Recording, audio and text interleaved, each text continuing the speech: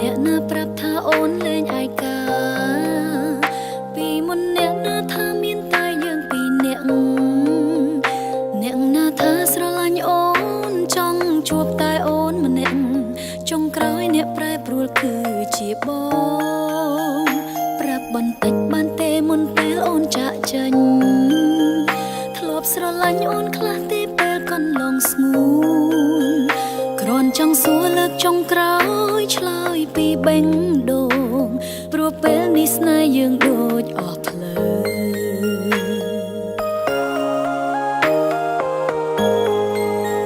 ធ្វើនេះខំធ្វើនោះខំមិនដែលត្រូវព្រោះចិត្តទៅលែងឃើញអូនល្អដូចមុនទៅណាក៏លែងសប្បាយមានតែពាក្យថាធុញបងថាធុញលែងចង់នៅមួយម៉ាត់ណាក៏បាយពីរម៉ាត់ណាក៏បាយអូនលែងហ៊ានប្រកាយបងចង់បែកទៅបងនឹងលែងឃើញមុខអូនពីពេលនេះទៅម្នាក់នេះមិននៅរំខានបងទៀតឡើយមួយម៉ាត់ណាក៏បាយពីរម៉ាត់ណាក៏បាយអូនលែងហ៊ានប្រកាយចិត្តបងថ្លៃទៅពិតជាហត់ណាស់ព្រះអើយតាំងចិត្តហើយមិនត្រឡប់ក្រោយវិញទេ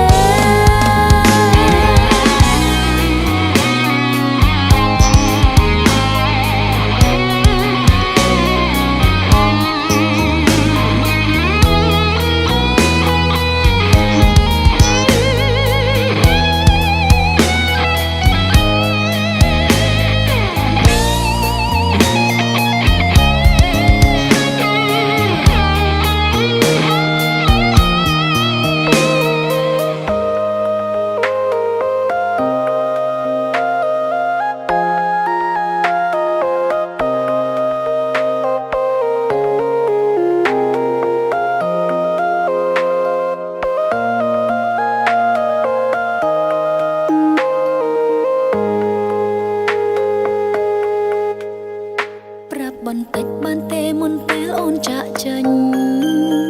ធ្លាប់ស្រឡាញ់អូនខ្លះទេពេលកន្លងស្ងួន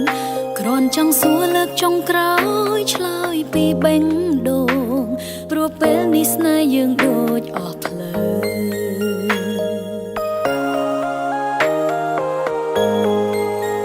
ធ្វើនេះខំធ្វើនោះខំមិនដែលត្រូវព្រោះចិត្តទៅលែងឃើញអូនល្អដូចមុនទៅណាក៏លែងសប្បាយមានតែពាក្យថាធុញបងថាធុញលែងចង់នៅមួយម៉ាត់ណាក៏បាយពីរម៉ាត់ណាក៏បាយអូនលែងហ៊ានប្រកាយបងចង់បែកទៅបងនឹងលែងឃើញមុខអូនពីពេលនេះទៅម្នាក់នេះមិននៅរំខានបងទៀតឡើយមួយម៉ាត់ណាក៏បាយពីរម៉ាត់ណាក៏បាយអូនលែងហ៊ានប្រកាយចិត្តបងថ្លៃទៅហើយស្នេហ៍មួយនេះពិតជាហត់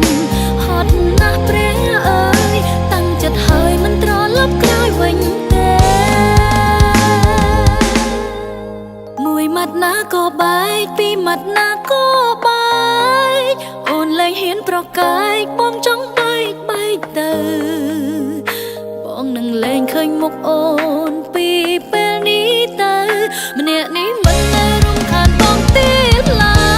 យមួយម៉ាត់ណាក៏បាយពីរម៉ាត់ណាក៏បា